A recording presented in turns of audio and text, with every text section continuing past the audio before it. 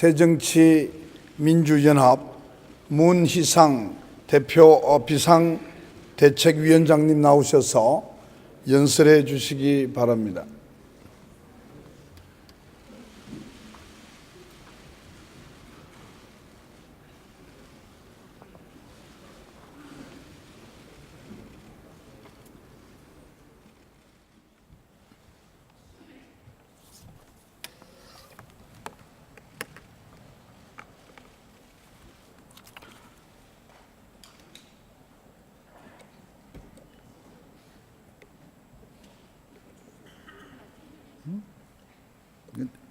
좀 내려갔으면 좋겠네.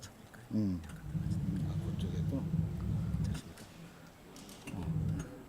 조금 더, 조금만.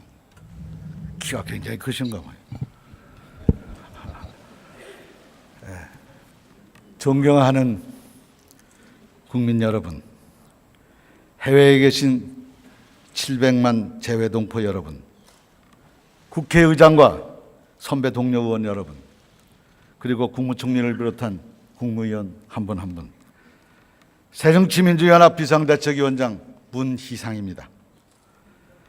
대한민국 헌법 제10조는 모든 국민은 인간으로서의 존엄과 가치를 가지며 행복을 추구할 권리를 가진다. 국가는 개인이 가지는 불가침의 기본적 인권을 확인하고 이를 보장할 의무를 진다. 이렇게 되어 있습니다. 국민의 권리와 국가의 의무를 명백하게 규정하고 있는 것입니다. 사람이 사람답게 살기 위해서는 꿈과 희망이 있어야 한다고 생각합니다. 동서고금의 역사를 보면 꿈과 희망은 언제나 인류 문명의 획기적 발전을 가져오게 하였고, 바로 꿈과 희망이 있기 때문에 어떠한 시련과 절망 속에서도 힘차게 일어날 수가 있었습니다. 사랑하는 국민 여러분, 대한민국의 저력은 세계인을 3번씩이나 깜짝 놀라게 했습니다. 가장 빠른 시간 안에 산업화를 이룩했습니다. 가장 빠른 시간 안에 민주화를 이룩했습니다. 가장 빠른 시간 안에 정보화도 이뤄냈습니다. 세계에서 유일하게 원조 받는 나라에서 원조 주는 나라로 우뚝 섰습니다. 대단한 국민이라고 생각합니다. 하면 된다는 국민적 합의가 있었기 때문에 가능했다고 저는 생각합니다. 모두가 함께 했을 때 가능했던 것입니다. 그러나 요즘 국민의 삶은 날이 갈수록 점점 팍팍해지고 있습니다. 민주주의가 점점 후퇴한다는 말이 파다합니다. 우리 모두 꿈과 희망을 잃어가고 있는 것이 아닌지 많은 생각을 하게 됩니다. 절망하고 있습니다. 존경하는 국민 여러분, 지난 대통령 선거 때만 해도 우리에게는 아직 꿈과 희망이 살아 숨쉬고 있었다고 생각합니다. 그때 여야 대선 후보들은 서로 경제 민주화, 복지, 한반도 평화 앞다투어 국민 여러분 앞에 약속한 바 있습니다. 이러한 국민적 합의, 여야를 초월한 합의, 이 합의는 현대 정치사상 처음 있는 일이 아니었던가 이렇게 생각합니다. 21세기 대한민국이 나아가야 할 시대 정신은 바로 경제민주화, 복지, 그리고 한반도 평화인 것입니다. 국민은 21세기 대한민국의 시대 정신을 박근혜 대선 후보가 더 잘 현실화시킬 수 있다고 신뢰를 보냈고, 그래서 대통령으로 선택됐다고 생각합니다. 그러나 지금 2년 차에 접어든 박근혜 정권의 현주소는 어떻습니까? 이 모든 약속들은 허언이 되어가고 있고 국민의 꿈과 희망을 잃고 좌절하고 있음을 저는 가슴을 치는 심정으로 지적하지 않을 수가 없습니다. 어제 대통령의 시정연설, 그리고 조금 아까 앞서 여당 대표의 연설을 보면 첫째도 경제, 둘째도 경제 활성화에 역점을 두고 있습니다. 경제가 국박하다는 인식에 완전히 저도 공감합니다. 그리고 그 해결에 전력 투구하겠다는 각오와 의지에서 진정성을 느끼고 전폭적인 신뢰를 보냅니다. 다만 그 해법의 일환으로 제시한 박근혜 정권의 초이 노믹스는 완전 실패했다는 것이 대다수 국민들의 싸늘한 평가라는 것도 확실하게 말씀을 드립니다. 취임 초 2100선을 바라보던 주가지수 1900대로 곤두박질 쳤습니다. 부동산 시장도 거래는 줄고 전셋값만 올라가고 있습니다. 재벌 특혜 정책에도 불구하고 지난달 설비 투자는 12년 만에 최저치를 기록했다 합니다. 경기 활성화는커녕 반짝 경기 부양에 그치고 말았던 것입니다. 대출 규제 완화, 금리 인하 등을 통해서 인위적인 경기 부양을 하겠다는 초이노믹스는 세계적인 흐름과는 역행하는 낡은 정책이라고 저는 생각합니다. 지금 세계는 부패 축소, 소득 주도 성장에 나서고 있습니다.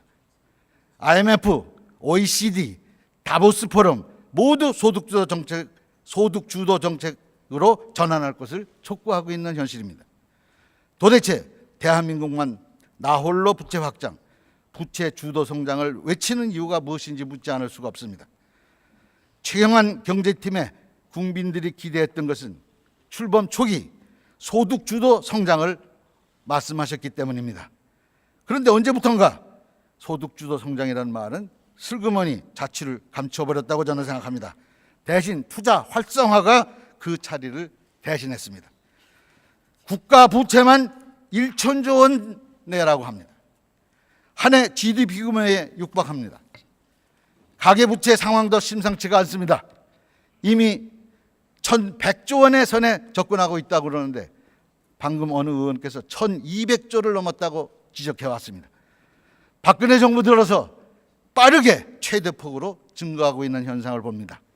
물가는 연일 고공행진인데 실질 임금 상승률 0%, 이런 상황에서 국민에게 빚내서 생활비 쓰고 빚내서 아이들 학교 보내고 빚내서 집사라는 하는 것이 이미 빚더미에 앉아있는 서민들을 더욱 나락으로 내미는 꼴이 아닌가, 이렇게 생각합니다. 국가도 빚더미, 가계도 빚더미, 국민들은 벌써부터 제2의 IMF 시대가 오는 것은 아닌지 불안해하고 있습니다. 오죽하면 집권 여당 내에서도 막대한 빚을 내서 인위적 경기 부양에 나서는 것은 무책임하고 위험한 발상이라면서 반대하고 나섰겠습니까? 경제 활성화 꼭 해야 합니다. 그러나 먹고 사는 것이 고단한 서민들이 웃어야 진짜 경제 활성화라고 저는 생각합니다. 국민 생활을 편안하게 하는 것보다 더 급하고 더 중요한 경제 활성화는 없다고 저는 단언합니다. 박근혜 정부의 경제 기조 대전환이 필요한 시점이라고 생각합니다. 하루라도 빨리 기조를 전환해서 국민이 먹고 사는 문제를 해결해야 합니다. 그러기 위해서는 대통령께서 초심으로 돌아가셔야 한다고 저는 생각합니다. 범죄 인하는 투자를 유발할 것이라는 새누리당 정권의 경제정책 논리는 허언이었음이 드러나고 있습니다. 지난해 10대 재벌그룹 사내 유보금은 3년 전에 비해서 44%가 늘어난 477조 원이라고 합니다. 근데 방금 자료가 고쳐지면서 6월 달 현재 500조가 넘었다고 그럽니다. 기업들이 천문학적 규모의 사내 유보금으로 10조 원대 부동산 투기에 열을 올리는 사례를 우리 모두 최근에 목격한 바 있습니다. 부자 감세를 철회하고 경제정책 기조를 수정해야 하는 또 하나의 웅변적 사례라고 저는 생각합니다. 낙수 효과는 더 이상 없습니다. 고용 없는 성장, 중소기업과 자영업자의 몰락, 노동시장의 양극화, 중산층 붕괴는 지금 우리가 처한 현실의 한 단면입니다. 우리 경제 골든타임 얼마 남지 않았다는 대통령 말씀에 전적으로 동의합니다. 우리 경제의 활성화를 위한 골든타임이 얼마 남지 않았고 그와 똑같이 우리 경제의 정상화의 골든타임도 지금이 적기라고 저는 생각합니다. 반칙과 편법, 차별의 관행을 없애고 공정한 시장경제 질서 확립을 통해서 성장의 혜택이 국민 모두에게 골고루 돌아가게 해야 합니다.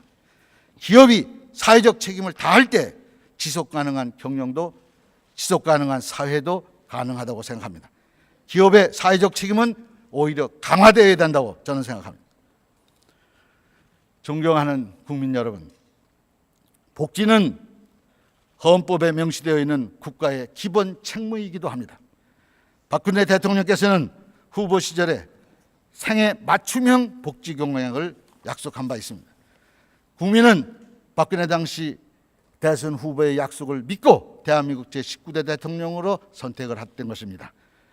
그러나 정부가 출범하자마자 생애 맞춤형 복지 공약은 줄줄이 후퇴하거나 파기되었습니다. 우리나라의 복지 수준과 복지 지출은 OECD 국가 중 최하위권입니다. 그럼에도 정부 여당은 재원 문제를 이유로 복지 문제에 소극적이었다는 것을 저는 지적합니다. 복지는 국민이 선택한 시대 정신이고 대세라고 저는 생각합니다.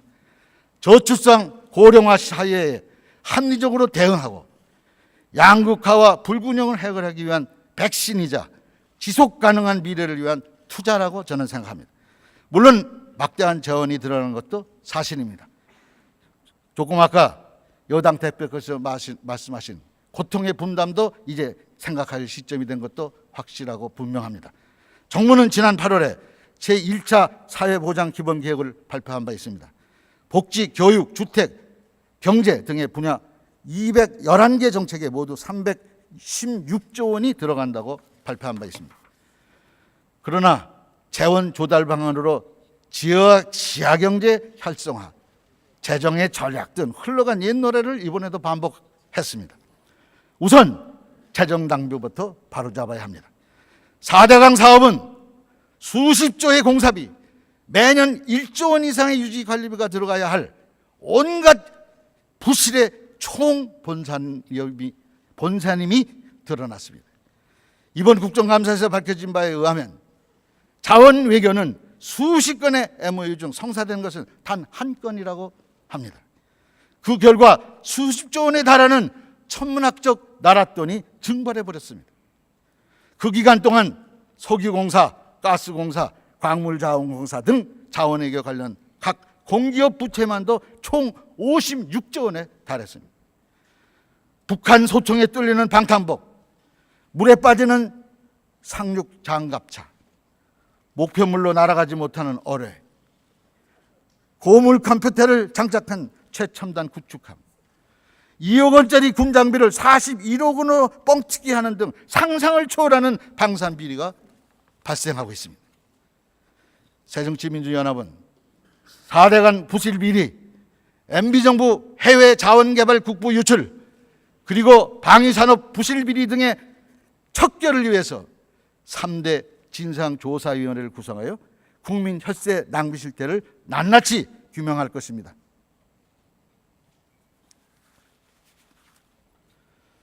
더 나아가 국회 차원의 국정조사와 청문회를 통해서 현 정부는 물론 다음 정부에서 다시는 이런 어처구니 없는 일이 없도록 관련자에 대한 역사적 책임을 꼭 반드시 묻겠습니다. 박근혜 대통령은 지난 대선에서 약속한 증세 없는 복지는 지금 복지 없는 증세로 바뀌어갑니다. 그것도 담배세, 자동차세 등 온갖 서민 증세뿐입니다. 지난 정부에서는 부자 감세로 부자들에게만 혜택을 주더니 이제 서민 증세로 서민들에게만 부담을 지우면 더 이상 물러설 것도 없는 서민들은 어디로 가야 한단 말입니까? 서민 증세하기 전에 부자 감세부터 철회돼야 한다고 저는 생각합니다. 다만 지금 시점에 중요한 것은 이제 우리 사회가 사회보장 재원의 마련에 대해서 논의를 감추지 않고 덮지 말고 시작할 때가 됐다고 저는 생각합니다. 저출산, 저성장은 계속되고 있습니다. 복지에 대한 요건은 갈수록 커지는데 국가 재정은 갈수록 빚만 늘고 있습니다. 언제까지 서민 증세냐 부자 감세냐 중앙정부 책임이냐 지방정부 책임이냐고 다툴 수는 없는 것입니다. 그렇다고 복지 공약을 파기하거나 서민들에게만 세금을 전가하는 것은 정답이 아닙니다. 박근혜 대통령은 지난 대선 과정에서 조세 문제 논의를 위한 사회적 논의기구를 약속한 바 있고 오늘 앞선 여당 대표께서는 대타협을 강조하신 바 있습니다. 이에 국회 차원의 지속 가능한 복지 재원 마련을 위해서 그 논의를 위한 국민 대타협위원회 구성을 제안합니다. 여야, 직장인, 자영업자 등 각 계층을 대표하는 단체의 전문가들이 폭넓게 참여하는 국민 대타협위원회를 구성해서 사회보장, 재원 마련 등에 대한 논의를 이제 시작할 때가 됐다고 저는 생각합니다. 공무원 연금 개혁도 마찬가지입니다. 공무원 연금 개혁은 숙명과도 같은 것입니다. 문제는 연금 수입은 내려가는데 고령화로 지출이 늘어가는 데 있습니다. 이 문제는 국회에서 논의가 필요한 사안입니다. 국민 여론을 등에 업고 대통령의 가이드라인에 따라서 국회에서 군사작전하듯 밀어붙여서는 해결이 안 됩니다. 공무원 연금 개혁은 반드시 관련 당사자와 미래를 내다보는 대타협이 필요한 사안임을 분명하게 밝혀둡니다. 아이들이 꿈을 꿀 때 그것을 돕지 못하는 나라가 가장 가난한 나라라고 하는 말을 들었습니다. 박근혜 대통령은 꿈과 끼를 키우는 행복교육을 공약하셨습니다. 그러나 어린 아이들의 생명도 지키지 못한 게 현실입니다. 여전히 10대 사망 원인 1위는 자살입니다. 아이들은 과도한 경쟁 교육에 불행하고 학부모들은 감당할 수 없는 사교육비로 불행합니다. 이럼에도 교육개혁에 대한 정부의 의지는 실종됐고 국민과 약속한 교육복지는 후퇴되고 있습니다. 오로지 역사 왜곡 교과서 살리기에만 전념하고 있는 듯합니다. 모든 아이는 우리 모두의 아이입니다. 아이들의 안전을 위협하는 교육 환경은 개선되어야 합니다. 정부, 시도 교육감들이 함께하는 학교시설 안심위원회를 구성해서 학교시설 전반에 대한 안전점검과 재원 대책이 마련되어야 된다고 생각합니다. 정부는 잘못된 재정계획 때문에 내년 약 4조 원에 달하는 누리과정 재정 부담을 시도 교육감들에게 떠넘기고 있습니다. 아이들과 학부모들의 불안이 커지고 있습니다. 누리과정 보육료 반드시 정부가 책임지고 조속히 해결해야 된다고 저는 생각합니다. 대한민국 46%가 남의 집살이를 하고 있습니다. 그 46%도 빚내서 살고 있는 국민이 태반입니다. 전셋값은 감당할 재간도 없이 치솟고 있습니다. 수도권 주택 평균 전셋값이 역대 최고치라고 합니다. 월급으로 저축해서 집을 사는 것은 쇠막대에다가 꽃이 피기를 바라는 것만큼 힘든 일이 되었습니다.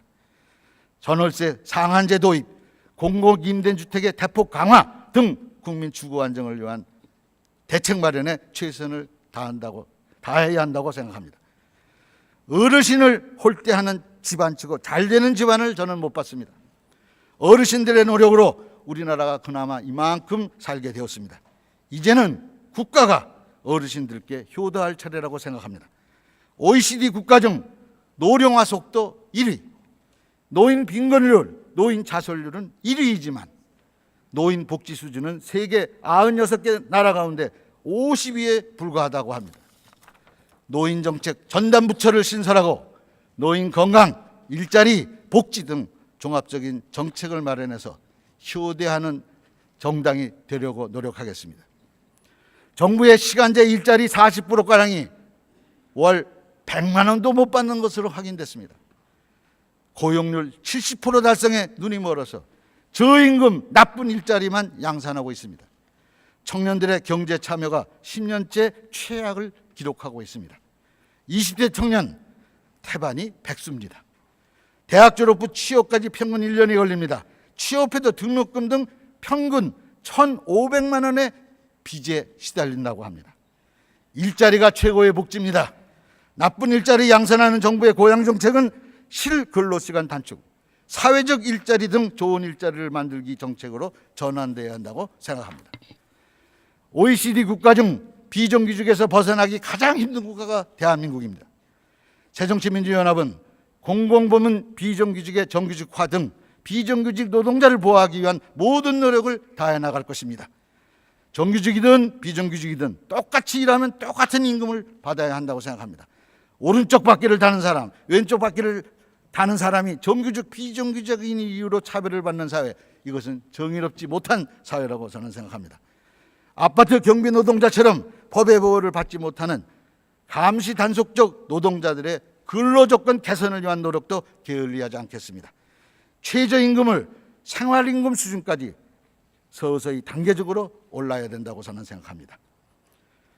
새정치민주연합은 정부가 카나다, 호주를 포함한 여러 나라들과 FTA를 체결하는 데 대해서 원칙적으로 반대하지 않습니다.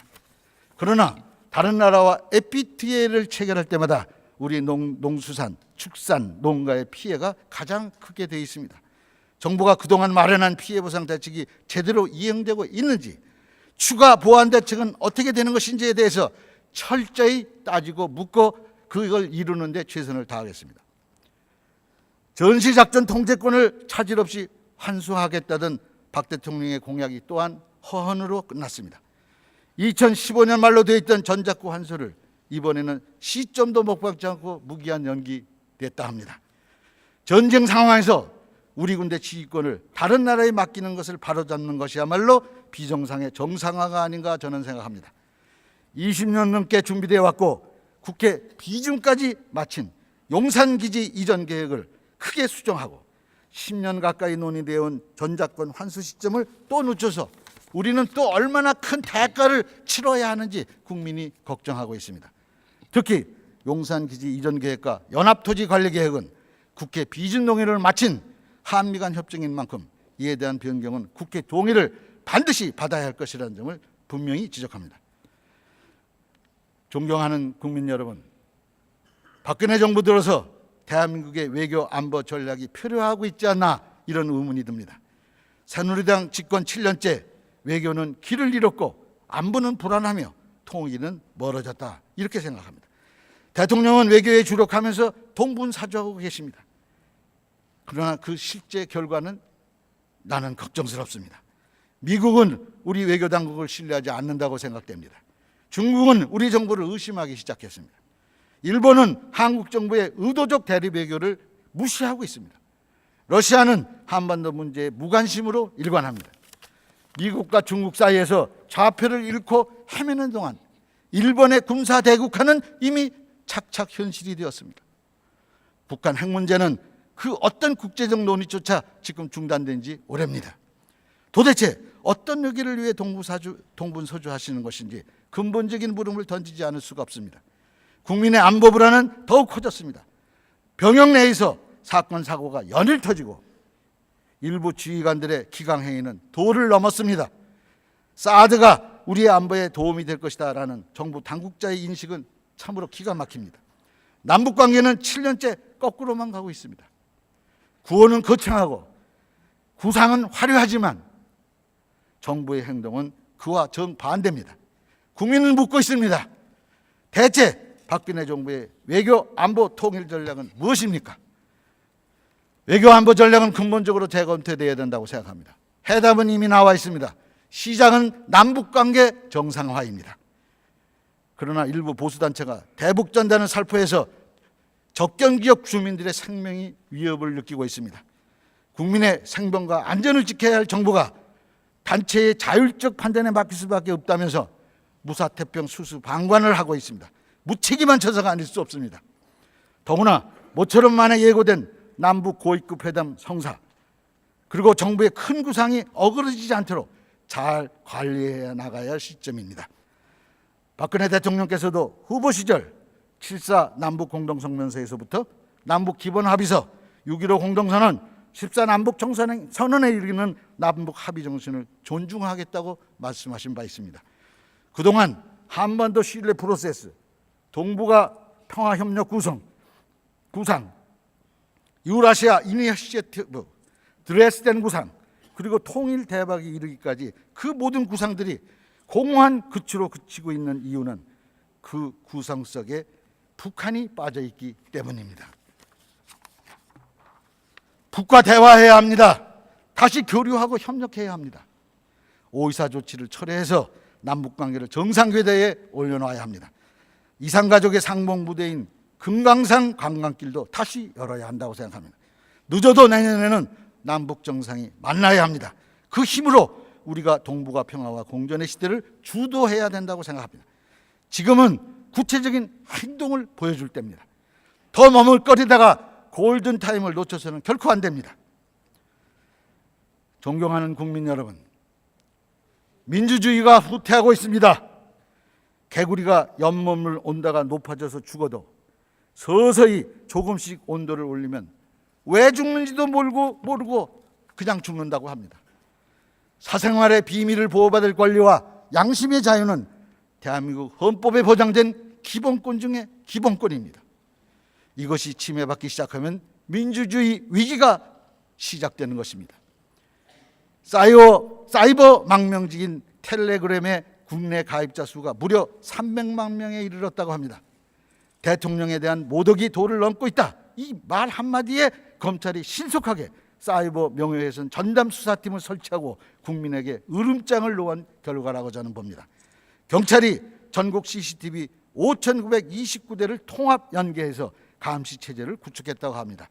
물론 필요성이 있다고 저는 봅니다. 그러나 경찰이 원하면 언제든지 사생활을 다 들여다볼 수 있는 그런 시스템이라고 그러는데, 실제로 지난해 철도노조 파업 때 노조 간부 친척들 차량 이동 정보까지 추적했다는 것이 밝혀졌습니다. 온라인을 넘어서 도로 위 사찰 시스템까지 만든 것입니다. 공권력이 국민의 사생활을 검열하고 인권을 침해하는 일은 유신 때나 있었던 일입니다. 존경하고 사랑하는 국민 여러분, 지금의 정치는 현안마다 국론이 두 갈래로 분열되어 있습니다. 여야가 따로 있을 수 없는 안보, 민생 이런 문제에서조차 대화와 타협보다는 대립과 대결로 악순환만 지속되고 있는 것입니다. 좌우, 진보, 보수, 여야 모두 이분법 진영 논리에 빠져서 상대방을 향해 삿대질을 해야 되는 그런 형국입니다. 지금의 정치는 전부 아니면 전무라는 우승열패와 적자생존의 원칙이 작용할 수밖에 없는 장글의 체제, 바로 그 자체입니다. 함께 더불어 살자는 상생의 정치는 어디론가 사라지고 죽기 살기식 공멸의 정치가 난무하고 있습니다. 상대를 경쟁 대상으로 보는 것이 아니라 타도의 대상으로 보는 미성숙한 정치입니다. 이 같은 정치 파행에 관해서 선진화법을 개정하면 된다라는 이론이 있습니다. 절대 있을 수 없는 발상입니다. 어떻게 해서 그 법을 만들었습니까? 여러 의회 지도자들이 숙고하고 다시는 당상정거 이런 일을 하지 말자고 만든 법입니다. 이 법을 그냥 단순한 법으로 생각해서 고친다, 이건 있을 수 없다고 생각합니다. 이 정치 파행의 근본적인 원인은 힘이 최고 권력자 한 사람에게 집중되어 있는 현재의 권력 구조에 있다고 저는 판단합니다. 존경하는 국민 여러분, 1987년 우리는 독재에 맞서서 대통령 직선제를 이루어냈습니다. 87년 체제는 대통령 직선제만이 민주화의 첩경이라고 생각해서 만들어진 그런 체제입니다. 그것이 당시 시대 정신에 맞았던 것입니다. 그동안 국민의 정치의식과 사회는 성숙해 있고 30년 전 옷을 그냥 입기에는 너무 커져 있습니다. 이제 제왕적 대통령 중심제라는 헌 옷을 가감히 벗고 분권적 대통령제라는 새로운 옷으로 갈아입을 때가 되었다고 저는 판단합니다. 올해 내에 개헌특위를 가동시켜서 내년에는 본격적인 개헌 논의를 위해 20대 총선 전 개헌이 이루어질 수 있도록 해야 한다고 저는 생각합니다. 모든 것에는 때가 있기 때문입니다. 개헌에도 골든타임이 있습니다. 바로 지금이 28년 만에 온 최적의 시점이라고 저는 생각합니다. 이번 기회를 놓치면 낡은 정치는 지속될 것입니다. 존경하는 선배 동료 의원 여러분, 노노 안연편에 이런 말이 나옵니다. 재경공이 정치에 대해서 공자님께 물었습니다. 공자님께서 대답하셨습니다. 군군신신 부부자자. 임금은 임금다워야 하고 신하는 신하다워야 하며 아버지는 아버지다워야 하며 아들은 아들다워야 한다. 너무나 간단한 진리입니다. 잘된 정치는 각자 맡은 바 역할에 충실한 것이라고 저는 해석을 합니다. 저는 오늘의 정실 정치에도 딱 들어맞는 말이라고 생각합니다. 청청여여 야야어는 청와대는 청와대다워야 하고 여당은 여당다워야 하고 야당은 야당다워야 하고 그리고 언론은 언론다워야 한다고 생각합니다. 야당은 야당다워야 합니다. 야당의 제일 책무는 비판과 견제에 있습니다. 이를 소홀히 하면 정부 여당의 이중대로 의심받게 되고 결국 존재감을 잃게 되고 그러면 국민의 신뢰가 무너지게 됩니다. 비판과 견제를 받지 않는 권력은 무소불위가 되고 그러면 그 권력은 반드시 붕괴하게 되었다는 것이 역사적 현실입니다. 동서에 고금이 없이 역사에 변함없는 진리입니다. 강력한 야당의 존재는 곧 대통령과 여당에게도 꼭 필요한 것입니다. 그러나 반대를 위한 반대는 더 이상 안 됩니다. 발목 잡기, 트집 잡기, 딴죽 걸기 이제 그만두고 잘한 것은 과감히 잘했다고 칭찬하고 적극 밀어줘야 합니다. 그리고 잘못한 것은 철저히 감시하고 비판해야 합니다. 그러한 야당이 야당다운 야당입니다. 야당이 야당답게 되기 위해서 응당해야 하는 뼈를 깎는 자기 혁신도 게을리해서는 안 됩니다. 정치 혁신의 본질은 그러나 실천에 있습니다. 말로 할 수 있는 것은 다 나왔습니다. 수도 없이 많이 나왔습니다. 한 가지 정확한 실천, 바로 그 실천이 정치 혁신의 요체라고 저는 생각합니다. 여당은 여당다워야 합니다. 국회는 상권 분립의 한 축으로 행정부를 견제해야 할 의무가 있고 여당은 국회의 첫 번째 제일 중요한 구성 요소입니다. 따라서 국회 일원으로 당당하게 청와대를 비판해야 할 의무가 있는 것입니다. 그래야 국회가 통법으로 전락하지 않고 청와대의 시녀나 거수기가 되지 않게 되는 것입니다. 여당은 국회에서 일어나는 모든 심의와 결정에 관해서 떳떳하고 당당하게 임해야 합니다. 그리고 책임져야 합니다. 가난한 집안의 맏아들처럼 큰형처럼 모든 국정의 운영에 책임을 마다하지 않고 뚜벅뚜벅 실천해 나가는 모습, 바로 그것이 국민이 한결처럼 바라는 의젓하고 듬직한 여당의 모습일 거라고 저는 생각합니다.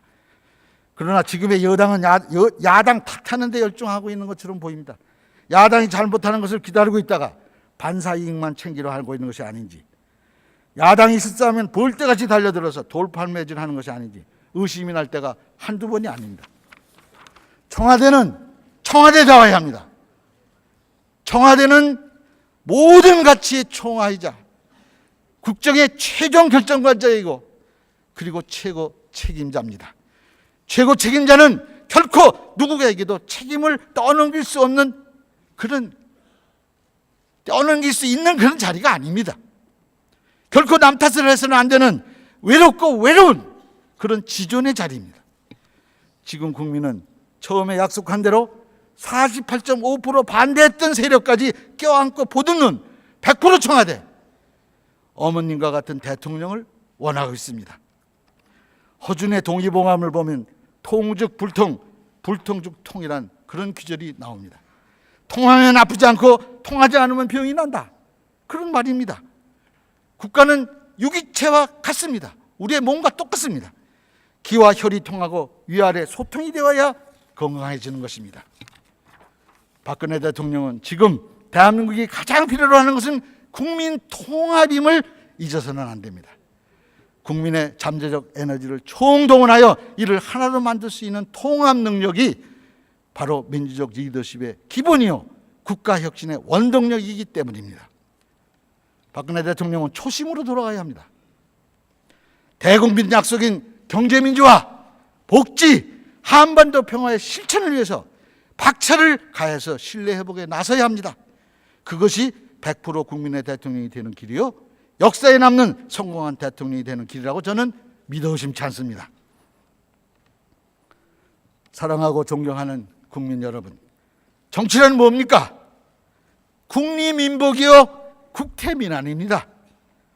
국민을 안전하고 행복하게 만드는 것, 배고픈 사람 배불리고 등 시린 사람 따숩게 하고 억울한 사람 옆에서 그 눈물을 같이 흘리고 닦아주는 것, 그것이 정치의 본능입니다.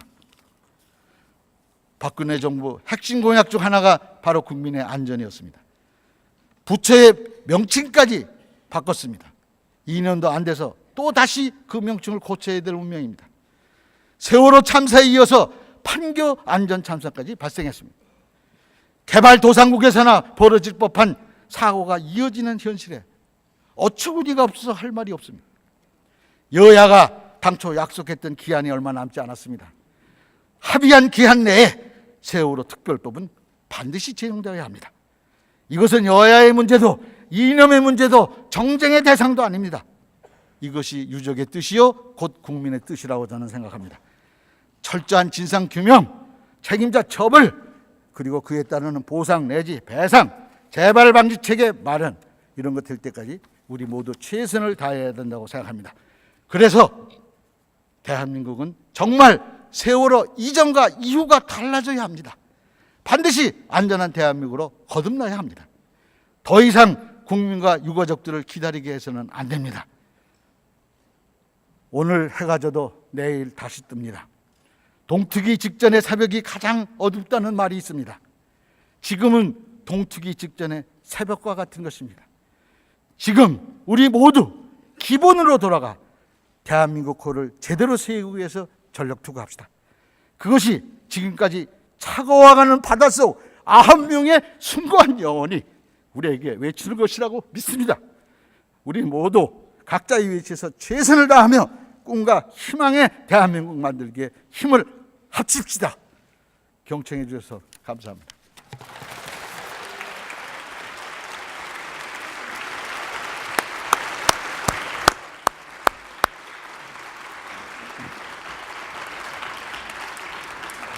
문희상 위원장님 수고하셨습니다.